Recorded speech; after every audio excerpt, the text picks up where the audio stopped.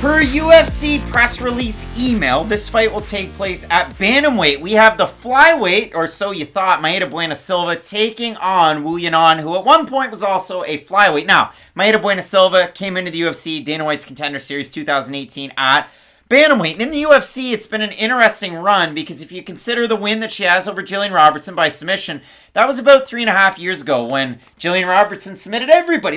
Thank you. She was hot back. That was a big win at the time that doesn't really look all that good in hindsight. But at the time, people forget just how important that win was, especially in the early days of this division, Marina Moroz, who we don't see fight often enough. She looked great her last time out. But if you do look at it, Marina Moroz completely outstruck Mayra Bueno Silva. She took her down. She was able to get a convincing win there. You have Bueno Silva getting the win by submission against Mara Romero Barella, who had an interesting time, I guess.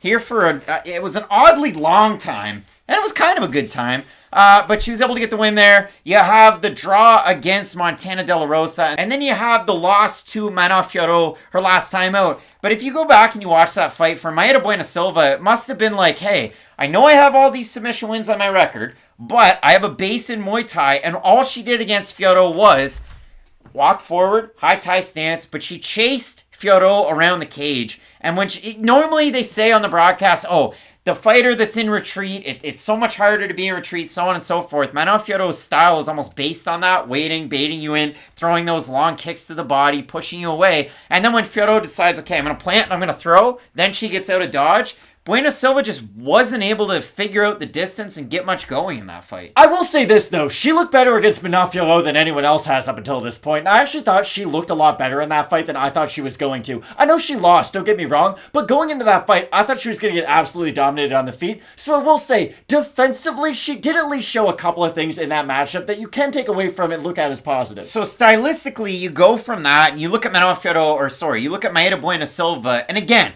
a lot of submission wins on her record, but she doesn't go for a lot of takedowns, and she usually throws her hands, and once somebody takes her down, sometimes she can get into an advantageous position against Marina Moroz, who you would think, smaller fighter, not able to do so, but it's been a weird run for Silva in the UFC.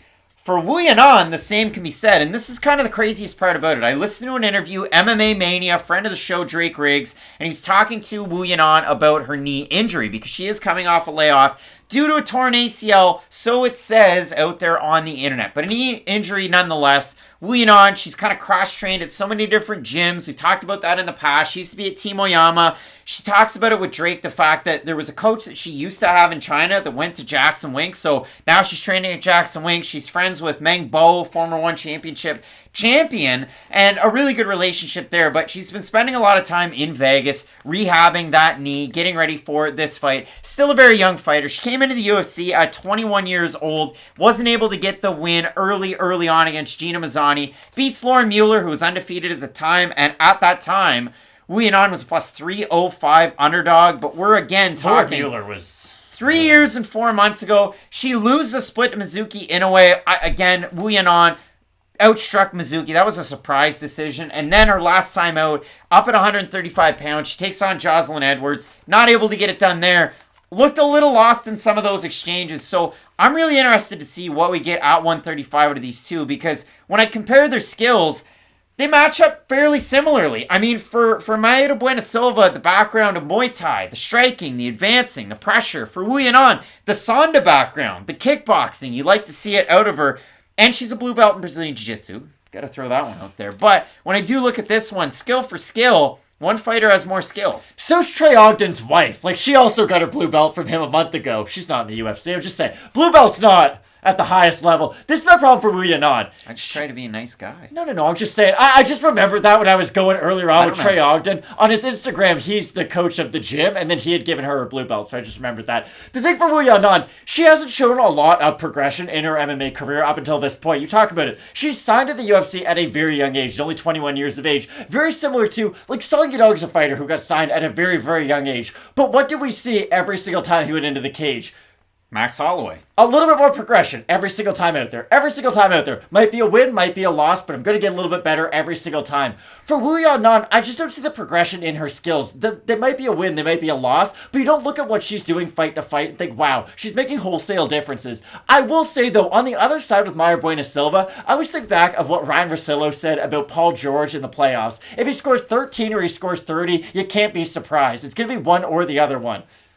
And for Mayra Bueno Silva, that's pretty much it. I mean, it has been, not Randa Marcos-esque, but she did have a couple of draws peppered in there. But in her last performances, you got a close fight against Montana De La Rosa. You got a loss to Manon Fiorot. The scale for Mayra Bueno Silva kind of all over the place. For Wu Yanan, Jocelyn Edwards, not a ranked fighter at bantamweight. Then you have the other losses that are on her record. Again, Gina Mazzani and Mizuki. And we never see Mizuki fight. So it is tough to try and get a good sense of what we're going to get out of Wu Yanan, especially with that knee injury too. And Lauren Mueller went like 1-5 in the UFC. The win over her does not mean much whatsoever. So we look at the odds for this one. Bueno Silva opened a -110. She's -387 right now. For Mayra Bueno Silva, she opened a par. She's now -387 favorite. For Wu Yanan, again, the same, but she is now a +293. We have a look at the votes over on Tapology. I don't anticipate them to be very close.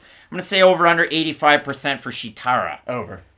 Oh, it's over. So 520 total votes, 89% Bueno Silva, 80% by decision. For the 11% that have Wu to get the win, 78% by decision. Sheetara switching it up, going from Brazil, training the last leg of her camp with Chris Cyborg. And there's a lot of Chris Cyborg over there on the Instagram. She's got Gloria DePaula there as well. How do you see this one playing out? I think Mayra Bueno Silva is the much more skilled fighter. She's the much more well-rounded fighter. And do I worry about if she is able to get this fight to the mat? Could she get out volume on the feet? Yes, she could. Because Wu Yanan does have one of those frustrating styles to where she's never really set in a position, but she's always throwing punches. So if you're not able to get in range and really have any big moments in the fight, there's a lot of judges out there who are just going to look at Wu Yanan's overall activity and probably just give her the round based on how much she was doing. I do think, though, Mayra Bueno Silva, especially if she is able to get it down to the mat, is going to be able to do enough work to really solidify the rounds in the judges' minds. So I do think Bueno Silva should be able to get the win. You do have Wu Yanan, a little bit of a height advantage in this one. We'll see how it plays out at 135. I also have Bueno Silva. I believe for me, she's a much more skilled fighter in this matchup. So we'll see how it plays out.